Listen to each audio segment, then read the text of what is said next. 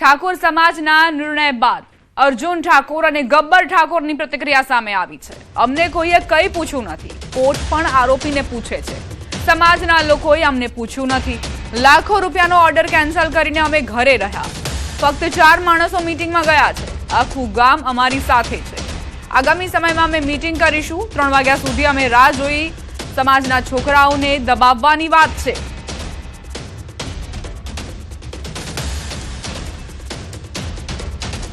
આપણે ભારત સરકારની અંદર જે બંધારણ છે સરકાર બંધારણનું એ પણ આપણે કોઈ ગુનો કરીએ ને તો આપણે કોર્ટ પૂછે છે કે તમારો ગુનો તમને કબૂલ છે કઈ રીતનું સરકાર પણ પૂછે છે પણ અમને કોઈ પૂછ્યું નહીં અમને કોઈ બોલાયા નહીં જાતે નિર્ણય લઈ લીધો કે ગબ્બર ઠાકોર અર્જુન ઠાકોરને સમાજ બહાર મૂકી દેશે। હવે થોડા ઘણા પૈસા ગઈને અમે કમાઈએ છીએ તો એમને ખબર પડવી જોઈએ કે આ બધું ગાવાનું બંધ કરી દીધું તો ભાઈ ચમ ચાલશે એમ અને તો સીધું માયા બોલીને જતા રહ્યા। અમને કોઈ કીધું જ નહીં, કોઈ વાત કરી જ નહીં। આખું જાબડિયા ગોમ અમારા તરફ છે। અમારા જોડે હાલ 500 માણસો છે અને ફક્ત 4 માણસો જે અમારા ગોમના જે અમારા વિરોધીઓ છે એમને આ મિટિંગ કરાવી જે રાજકારણીયા છે એમને જોડે બોલાવી દીધું કે તમે અમારા ગોમના છોકરા છે એમને આવું બોલી દો। બસ સીધું અમને કોઈ પૂછ્યું નહીં, સીધું માઇકમાં બોલી દીધું ગબ્બર ઠાકોર અર્જુન ઠાકોર સમાજ બહાર। તો હવે આગળ અમે અમારા તરફથી અમે મિટિંગ કરશું। અમારું ગોમ ભેળું થાય, આખા બધા સંગીતકારો છે, ડીજે વાળા છે, જે કલાકારો છે એમને બધાને બોલાવી મિટિંગ કરશું।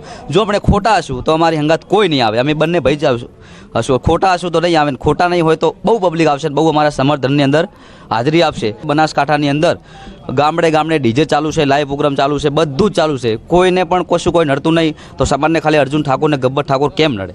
ગોમ કેના ફેવરમાં છે ભાઈ? ઉતવાળો બોલજો, ગોમ કેના ફેવરમાં છે? આપણને કોઈને પૂછ્યું?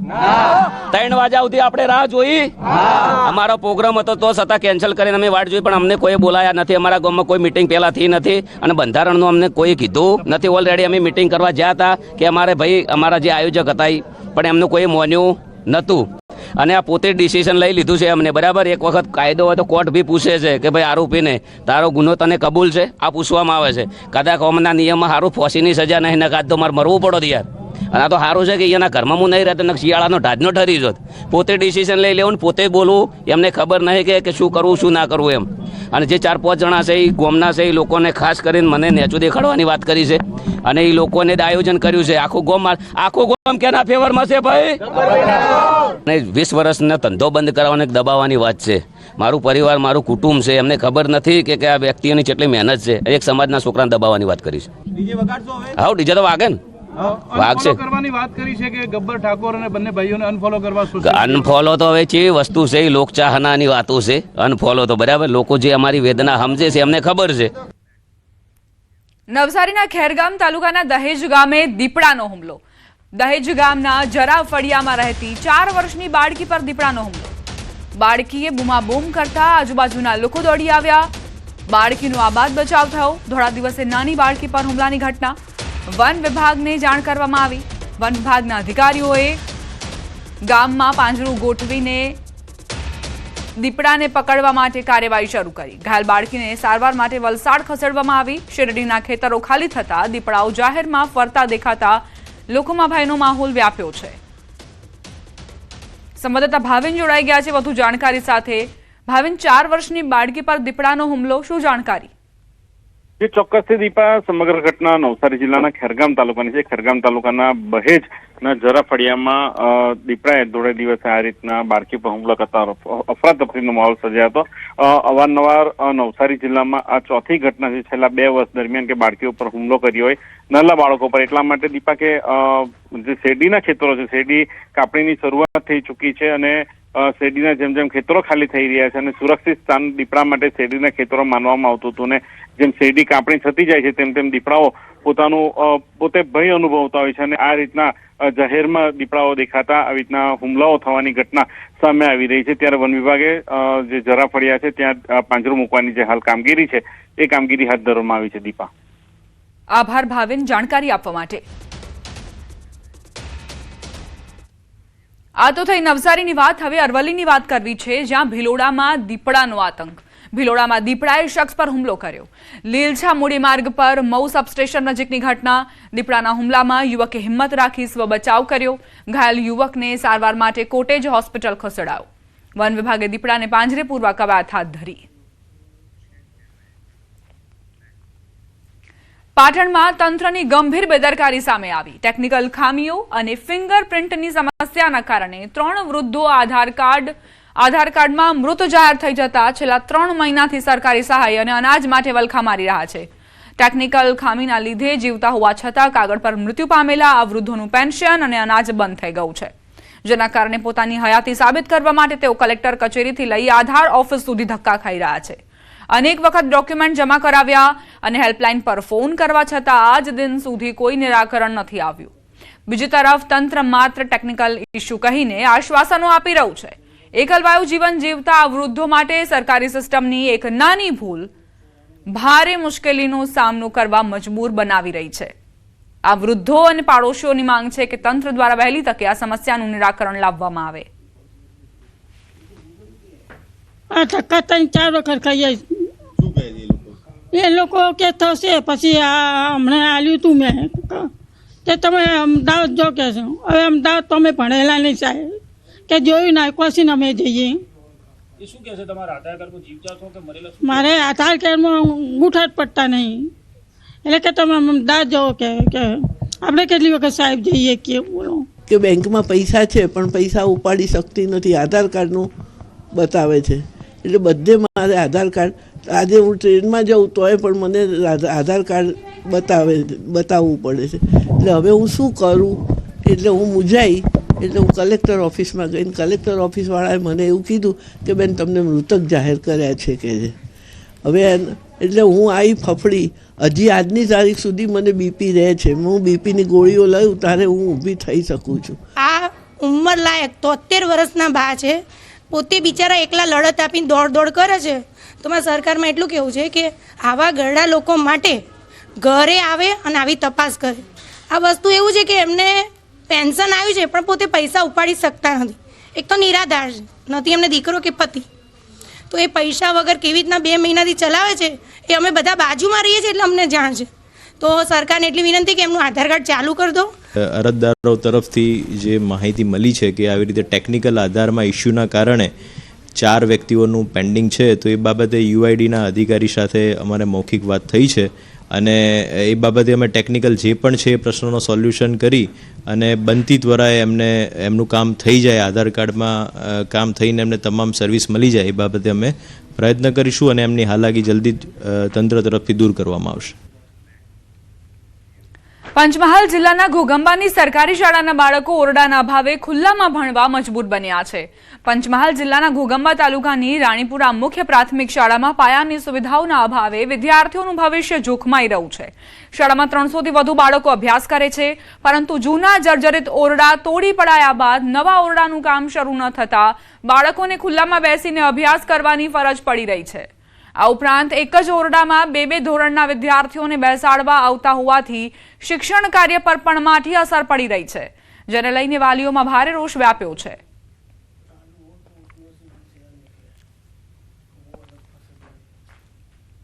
જૂના જર્જરિત ઓરડા હતા તે સરકારશ્રીની મંજૂરી દ્વારા ડિસમેન્ટલ કરવામાં આવ્યા છે અને સરકારશ્રી દ્વારા જે તે એજન્સી કોન્ટ્રાક્ટરને આ કામ સોંપવામાં આવેલ છે, જે આજ દિન સુધી કરવામાં આવ્યું નથી. હવે અમારા બાળકોને ભણવામાં બહુ તકલીફ પડે છે, બેસવામાં તકલીફ પડે છે. જે તે એજન્સીને કામ આપેલ છે તે એજન્સી આજ સુધી કામ પૂર્ણ કરેલ નથી અને કામની શરૂઆત જ નથી કરેલ. એટલા માટે અહીંયાના અમારા બાળકોને અભ્યાસમાં તકલીફ પડે છે. એટલા માટે અમારી સરકારશ્રીને માંગ છે કે આ સ્કૂલનું કામ ઝડપી રીતે શરૂ કરાવે. આજે મંજૂરી આપીને લગભગ બહુ સમય થઈ ગયો અને એ મંજૂરી મળ્યા પછી જે તે કોન્ટ્રાક્ટરને કામ આપ્યું છે એ કોન્ટ્રાક્ટર અમે 30 વર્ષથી વાટ જોતા હતા. આજે એ કોન્ટ્રાક્ટર બી આજે અમને 4 મહિનાથી ગોળ ફેર્યા કરે છે. આજે ની કાલે ની આજે લગભગ 4 મહિનાથી અમને એ ગોળ ફેર્યા કરે છે અને કામ અહીંયા ચાલુ કરતો નથી. તો અમારી સરકારશ્રીને એવી માંગ છે કે વહેલી તકે કામ ચાલુ કરાવો. બીજી તરફ સરકાર દ્વારા તો નવા 8 ઓરડા મંજૂર કરી એજન્સીને કોન્ટ્રાક્ટ આપવામાં આવ્યો છે, છતાં એજન્સી સંચાલકની મનમાની અને બહાનાબાજીના કારણે છેલ્લા 3 મહિનાથી કામગીરી ઠપ છે. વાલીઓનો આક્ષેપ છે કે તમામ સુવિધાઓ છતાં કામ શરૂ કરવામાં નથી આવતું. આ અંગે શાળાના આચાર્ય દ્વારા પણ અનેક વખત રજૂઆતો કરાઈ છે, છતાં આજ દિન સુધી કામ ચાલુ કરવામાં નથી આવ્યું, જેને લઈ ગ્રામજનોએ ચીમકી ઉચ્ચારી છે કે જો વહેલી તકે એજન્સી બદલીને કામ પૂર્ણ કરવામાં નહીં આવે તો તેઓ આગામી વર્ષથી પોતાના બાળકોને શાળાએ મોકલવાનું બંધ કરી દેશે. આગામી સમયમાં હવે ઉનાળો આવશે, વેકેશન પછી ચોમાસું આવશે, તો એમાં પણ અમને ખૂબ તકલીફ પડે એવું લાગી રહ્યું છે અને વાલીઓ અને ગ્રામજનોને પણ એવું લાગે છે. એટલે આ રજૂઆત કરવામાં આવે છે અને જો આ એજન્સી કામ વહેલી તકે ના કરે તો ગ્રામ લોકોની એવી માગણી છે કે નવી એજન્સી બીજી કોઈ જે ઝડપથી કામ શરૂ કરી શકે એને સોંપવામાં આવે અને બાળકોને જે તકલીફ પડી રહી છે, શાળામાં જે અગવડ પડી રહી છે રૂમના અભાવે, એ દૂર થાય, જે કામ વહેલી તકે શરૂ થાય એવી સૌની માગણી અને લાગણી છે. આણંદના ઉમરેઠ તાલુકાના ધુળેટા ગામમાં કરુણ ઘટના બની છે. સગીરની એક ભૂલ અને એક ક્ષણની ઉત્સુકતાએ આખા પરિવારને વિખેરી નાખ્યો. સગીર પાડોશી મહિલાને સ્નાન કરતા જોતો હતો. તેની જાણ થતાં મહિલાએ ઉહાપો મચાવ્યો હતો. આ બાબતે મહિલાના પતિ અને સગીરના પિતા વચ્ચે ઉગ્ર બોલાચાલી થઈ હતી, જેમાં મહિલાના પરિવારના ચાર પુરુષ સભ્યો અને 2 મહિલાઓએ ભેગા મળી સગીરના પિતાને જમીન પર પછાડી મોતને ઘાટ ઉતારી દીધો. પોલીસે સગીરની માતાની ફરિયાદના આધારે 6 આરોપીની ધરપકડ કરી વધુ કાર્યવાહી હાથ ધરી છે. તમામ આરોપીઓને રિમાન્ડ ન મળતા જેલ ભેગા કરાયા છે. ગુનાની ગંભીરતા સમજી પોલીસ અધિક્ષક શ્રી જસાની સાહેબે આ ગુનાના આરોપીઓને તાત્કાલિક અટક કરવા માટે સૂચના આપેલી, જે અનુસંધાને પીઆઈ બુલાન તથા તેમની ટીમના માણસોએ આ બાબતે પૂરતા પુરાવા એકત્રિત કરી આ ગુનામાં સંડોવાયેલ તમામ 6 આરોપીની ધરપકડ કરવામાં આવેલી છે. ડાંગ જિલ્લામાં વઘઈ રેન્જ વિસ્તારના બોરી ગાંવઠા ગામ પાસે 4 દિવસ અગાઉ વનકર્મીની હત્યા મામલે પોલીસે 3 આરોપીને ઝડપી પાડ્યા. 31 જાન્યુઆરીની રાત્રિએ વઘઈ વન વિભાગમાં કામ કરતા કર્મચારી સનત બિરારી નોકરી બાદ પોતાના ઘરે પરત ફરતા હતા, જ્યાં તેમનો લાકડા ચોરનો સામનો થયો હતો. 3 લાકડા ચોરોએ વનકર્મી ઉપર ધારદાર સાધનથી હુમલો કર્યો. ત્રણેય લાકડા ચોરની પાસે પૂછપરછ કરવા જ્યારે ગયા તો ઝપાઝપી થઈ અને ઝઘડો થઈ એમનો, અને આ ઝઘડામાં બચવા માટે આ ત્રણેય આરોપી એમને વાંસના દંડાથી એક માથામાં ઈજા કરી અને ગંભીર ઈજા પહોંચાડીને આ ત્રણેય ભાગી ગયા. અને આ એક તરીકે જ્યારે અમને ખબર પડી તો બ્લાઇન્ડ મર્ડર કહી શકાય, આવી રીતે એક મર્ડરની બાતમી અમને મળી હતી. સુરતમાં નેતાજી ભાન ભૂલ્યા, જાહેરનામાના ધજાગરા ઉડાવ્યા. ફરી રાજકીય આગેવાન દ્વારા જાહેરનામાના ધજાગરા ઉડ્યા. વોર્ડ નંબર 14ના પૂર્વ મહામંત્રીએ રોડ વચ્ચે જન્મદિવસની ઉજવણી કરી. હિમાંશુ લાડવિયાએ જાહેરમાં ફટાકડા ફોડ્યા અને જન્મદિવસ ઉજવ્યો. આતશબાજીની ઘટનાનો વિડીયો સામે આવ્યો છે. સુરતની આ ઘટના છે કે જ્યાં જાહેરનામાનો ભંગ કરવામાં આવ્યો. હવે અહીં સવાલ એ કે શું નેતાજીને જાહેરનામાનો ભંગ કરવાની અનુમતિ છે ખરા? જાહેરનામાના ધજાગરા ભલે ઉડ્યા હોય, પરંતુ આ નેતાને હજુ સુધી પોલીસ કાર્યવાહીનો સામનો નથી કરવો પડ્યો. રાજકીય આગેવાન દ્વારા કઈ રીતે પોતાના જન્મદિવસની ઉજવણી થઈ તે જુઓ. વોર્ડ નંબર 14ના પૂર્વ મહામંત્રીએ રોડ વચ્ચે જન્મદિવસની ઉજવણી કરી.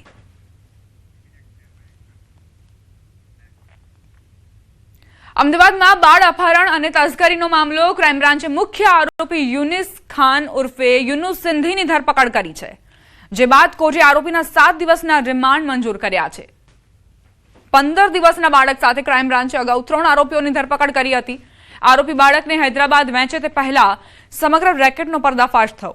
પોલીસ તપાસમાં સામે આવ્યું કે બાળક હિંમતનગરના ગોવિંદ નામના સપ્લાયર પાસેથી મેળવ્યું હતું. અગાઉ ઝડપાયેલા 3 આરોપીઓએ યુનુસને 3.60 લાખ ચૂકવી બાળક મેળવ્યું હતું, જેમાંથી વંદનાના બેંક એકાઉન્ટનો 2 લાખનો ચેક પણ મળી આવ્યો હતો. ઉપરાંત યુનુસના મોબાઈલ અને બેંક એકાઉન્ટની તપાસ કરતા ગોવિંદ નામના એક વ્યક્તિનો મોબાઈલ નંબર પણ મળી આવ્યો, જેના આધારે પોલીસે તેની શોધખોળ શરૂ કરી. ઉપરાંત યુનુસના એકાઉન્ટમાં આવેલા રૂપિયા કોણે અને ક્યાંથી ટ્રાન્સફર કર્યા. આરોપીઓ છેલ્લા 1 વર્ષથી બાળ તસ્કરીનું આ રેકેટ ચલાવતા હતા.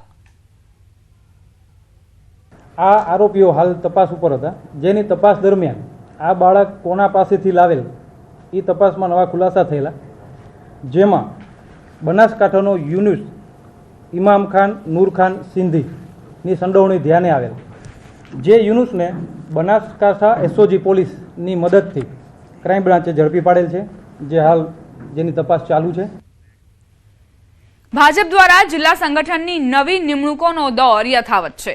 ગાંધીનગર જિલ્લા ભાજપની નવી સંગઠન ટીમની સત્તાવાર જાહેરાત. 8 ઉપપ્રમુખ, 3 મહામંત્રી અને 8 મંત્રીઓ સાથે ટીમ જાહેર કરાઈ. ગાંધીનગર જિલ્લાના સંગઠન મોરચાના પ્રમુખ અને મહામંત્રીઓની નિમણૂક થઈ. અગાઉ ભાજપે દાહોદ જિલ્લાના સંગઠન માળખાની જાહેરાત કરી હતી. વલસાડ, સુરત અને આણંદ જિલ્લાની પણ ભાજપની ટીમો જાહેર થઈ ચૂકી છે.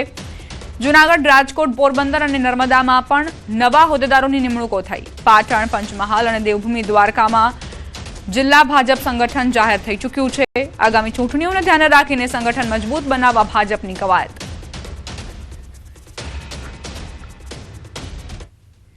ગાંધીનગરના પ્રકૃતિધામ ખાતે અનોખી પ્રકૃતિ પ્રેમ ભાગવત કથાનું આયોજન કરાયું. વેસ્ટર્ન એગ્રી સીડ્સ લિમિટેડ અને નેચર ફર્સ્ટ દ્વારા આયોજિત આ ભાગવત કથા 7 ફેબ્રુઆરી સુધી ચાલશે. આખી ભાગવત સપ્તાહ પૂજ્ય ભાઈ શ્રી રમેશ ઓઝાના અધ્યક્ષ સ્થાને યોજાઈ રહી છે. પ્રકૃતિનું સંવર્ધન અને જાળવણી માટે લોકોમાં જાગૃતતા આવે તે હેતુથી આ ભાગવત કથાનું આયોજન કરાયું છે. આ ભાગવત કથામાં મોટી સંખ્યામાં પ્રકૃતિ પ્રેમી અને ગાંધીનગરવાસીઓ જોડાયા. પ્લાસ્ટિકનો ઓછો વપરાશ તેમજ કાર્બનનું ઉત્સર્જન કેવી રીતે ઓછું થાય તેવો મેસેજ પણ આ કથાના માધ્યમથી અપાશે. સપ્તાહના છેલ્લા દિવસે 5 વૃક્ષો વાવવાનો સંકલ્પ પણ શ્રોતાઓને લેવડાવાશે. ભાઈશ્રી પોતે વ્યાસપીઠ પર બેસી 30,000 ઝાડવાઓની નીચે ભાગવતની એક વિશિષ્ટ કથા પર્યાવરણને બચાવો, આ 5 તત્વોને બચાવો એના વિશે કરી રહ્યા છે. પ્રકૃતિને પ્રેમ કરો, કાર્બન ઉત્સર્જન ઓછું કરો, એવું જે વિચાર આંદોલન છે એનો એક સ્વયંસેવક છું. તો આપણું ધરતીનું તાપમાન વધતું બંધ થાય, આપણા સમુદ્રના પાણી ગરમ થતા બંધ થાય, આપણા શહેરોની અંદર જે એર ક્વોલિટી ઇન્ડેક્સ બગડતા જઈ રહ્યા છે એમાંથી આપણી મુક્તિ આવે. પ્રકૃતિનો પ્રકોપ આપણે છેલ્લા કેટલા વર્ષોથી જોઈ રહ્યા છીએ કે જ્યાં વરસાદ નહોતો ત્યાં અતિરેક થઈ રહ્યો છે. આજ આપને ખબર છે કે આ સાલ વરસાદ એટલો બધો પાક જ્યારે ખેડૂતોના મોઢામાં આવેલો કોળિયો પણ જતો રહ્યો છે કારણ કે અતિરેક વરસાદના કારણે. તો આ 5 તત્વોને કેમ આપણે રક્ષણ કરી શકીએ એના અનુસંધાનમાં લોકોને જાગૃતિ લાવવા માટેનો એક અમારો નમ્ર પ્રયાસ છે. રાજકોટના વીરપુર ગામે આવેલું વિશ્વ વિખ્યાત જલારામ બાપાનું મંદિર આજે માનવતા અને નિસ્વાર્થ સેવાનું ઉત્કૃષ્ટ ઉદાહરણ પૂરું પાડી રહ્યું છે. સંત શિરોમણી જલારામ બાપાએ આજથી 206 વર્ષ પહેલા અહીં સદાવ્રત અને અન્નક્ષેત્રની શરૂઆત કરી હતી. પરંતુ આ મંદિરના ઇતિહાસમાં સૌથી મોટો અને ઐતિહાસિક વળાંક 25 વર્ષ પહેલા આવ્યો. 9 ફેબ્રુઆરી 2000ના રોજ મહાસુદ બીજના પવિત્ર દિવસે મંદિરના પૂર્વ ગાદીપતિ પૂજ્ય જયસુખ રામ બાપાએ એક અભૂતપૂર્વ નિર્ણય લીધો હતો કે મંદિરમાં ચાંદી, સોનું કે 1 રૂપિયો પણ દાનમાં લેવો નહીં. આજે આ નિર્ણયને 25 વર્ષ પૂર્ણ થયા છે. જો કોઈ જબરદસ્તી પણ દાન મૂકવાનો પ્રયાસ કરે તો તેમને પાછું આપી દેવામાં આવે છે. દાન વગર અહીં 365 દિવસ અન્ન ક્ષેત્ર ચાલે છે. દેશ વિદેશથી લાખો ભક્તો અહીં આવીને ધન્યતા અનુભવે છે. વિશ્વનું એકમાત્ર આ એક મંદિર છે જ્યાં દાન લેવામાં આવતું નથી અને 365 દિવસ અન્નદાન ચાલે છે. પૂર્વ ગાદીપતિ પૂજ્ય શ્રી જયસુખરામ બાપાએ એવો નિર્ણય લીધો કે આ મંદિરમાં કોઈ ભેટ સોગાદ 1 રૂપિયો પણ કોઈએ ધરવાનો નહીં, માત્ર બાપાના દર્શન કરી મહાપ્રસાદ લઈ અને ધન્યતા અનુભવવાની છે. અમે વલસાડથી આવ્યા છે અને અહીંયા આવીને અમને શાંતિ મળે છે અને 3 મહિનામાં 6 મહિનામાં એકવાર અમે આવીએ છીએ અહીંયા. ચોમાસામાં અમદાવાદ શહેર બેટમાં ફેરવાઈ જાય છે ત્યારે બજેટમાં ફ્લડ ફ્રી સિટીની ખાસ જોગવાઈ કરાઈ છે. શહેરના લોકોને પાણી ભરાવાની સમસ્યાનો સામનો ન કરવો પડે તે માટે ખાસ બજેટ ફાળવવામાં આવશે. ખાસ કરી દેજે વોટર લોગિન સ્પોર્ટ પર વિશેષ ધ્યાન આપવામાં આવશે. શહેરમાં ફ્લડ વોર્નિંગ સિસ્ટમની કામગીરી ઈ ગવર્નન્સ ખાતેથી કરવામાં આવી રહી છે તથા શહેરનો માસ્ટર પ્લાન તથા કેપેસિટી બિલ્ડિંગ સમગ્ર કામગીરીનું આયોજન કરવામાં આવ્યું છે. વરસાદી પાણીનો સંગ્રહ કરી જમીનમાં ઉતારવા માટે ઇન્ફિલ્ટ્રેશન ટેન્ક તથા પમ્પિંગ સ્ટેશન તૈયાર કરાશે. લેક ઇન્ટરલિંકિંગ પર ભાર આપવામાં આવશે. બજેટમાં ફ્લડ ફ્રી સિટીની જાહેરાતો કરવામાં આવી છે પરંતુ ખરેખર આવું થશે કે કેમ તે એક પ્રશ્ન છે. આપણને આ 147 જગ્યાઓમાં આ પાણી ના ભરાય અને પાણી કાયમી રીતે નદી અથવા નાળામાં અથવા લેક્સમાં જાય અને લોકોને આમોદ પ્રમોદ માટે રિક્રિએશન ડેવલપમેન્ટ થાય એના માટે આ ફ્લડ પ્રૂફ સિટીનું આયોજન કરવામાં આવ્યું છે. ફ્લડ પ્રૂફ સિટી માટે 643 કરોડથી વધારે આપણે આ બજેટમાં ડ્રાફ્ટ અંદાજમાં સમાવેશ કરવામાં આવ્યું છે. અમેરિકાએ ભારત પર લગાવેલો ટેરિફ ઘટાડતા ટેક્સટાઇલ ઉદ્યોગમાં ઉત્સાહનો માહોલ છવાયો છે. ટેક્સટાઇલ વેપારીઓ એકબીજાનું મોં મીઠું કરાવીને મીઠાઈ વહેંચણી કરીને ઉજવણી કરી હતી. વેપારીઓએ પ્રધાનમંત્રી નરેન્દ્ર મોદીની જીત ગણાવી. બજેટમાં એમએસએમઈ સેક્ટરને પેકેજ જાહેર કરતા ખુશીનો માહોલ છવાયો. યુરોપિયન યુનિયન અને ભારત વચ્ચે ફ્રી ટ્રેડ ડીલ થતા વેપારીઓએ ઉદ્યોગોને ફાયદો થવાની વાત કરી. साधुवाद दूंगा और बधाई दूंगा मोदी साहब की इन वैश्विक नीति को और फॉरेन ट्रेड पॉलिसी को कि उनकी वजह से आज वापस भारत की जीत हुई है. 50% से जो 18% जो टैरिफ होना यूएस द्वारा किया जाना, हमारे व्यापार को एक नया बूस्टअप मिलेगा. અમદાવાદની સરકારી પોલિટેકનિકના ઓટોમેશન એન્ડ રોબોટિક્સ વિભાગના 6 રોબોટ રોબોફેસ્ટ 2026 માટે સિલેક્ટ થયા છે. 6 રોબોટ લેવલ 1 અને 2 કોમ્પિટિશનમાં 1 લાખનું ઇનામ જીતી ચૂક્યા છે અને 5 લાખની લેવલ 3ની કોમ્પિટિશન માટે રોબોફેસ્ટમાં ભાગ લેશે. પોલિટેકનિકના એન્જિનિયરિંગના વિદ્યાર્થીઓએ તૈયાર કરેલ maths solving robot, robo athletics એમ 4 પ્રકારની કેટેગરીના રોબોટ તૈયાર કરાયા છે.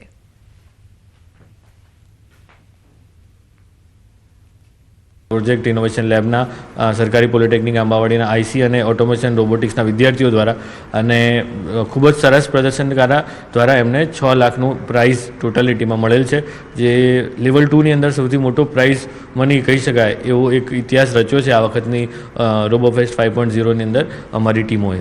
ગવર્મેન્ટ પોલિટેકનિકમાંથી 6 રોબોટ સિલેક્ટ થયા છે રોબોફેસ્ટ 5.0 માટે. તેમાંથી બધું જેટલું પણ designing part, PCB designing,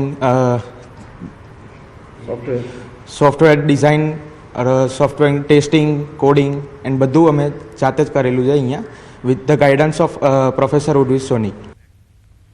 Narmada જિલ્લાના સમારિયા ગામના પ્રગતિશીલ ખેડૂત ઉપેન્દ્રસિંહ ગોહિલે પરંપરાગત ખેતી છોડીને અન્ય પાકો દ્વારા ખેડૂતોને નવી રાહ ચીંધી છે.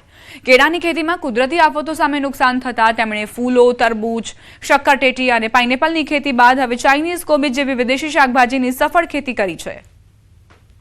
નવી ખેતી છે, એમાં કોલાબરી છે, લેટેસ છે, પછી રેડ કોબીજ છે, ચેરી ટામેટા છે, બ્રોકલી બનાવી છે. તો આ વર્ષે નવી ખેતી કરવાથી અમને સારું રહેશે એવું લાગે છે, કેમ કે કેળમાં ને તો બહુ લાંબો ક્રોપ હોય છે, 12-15 મહિનાનો, અને એવી નવી ખેતી કરવાથી અમને ખેડૂતોને ફાયદો થયો મને લાગે છે.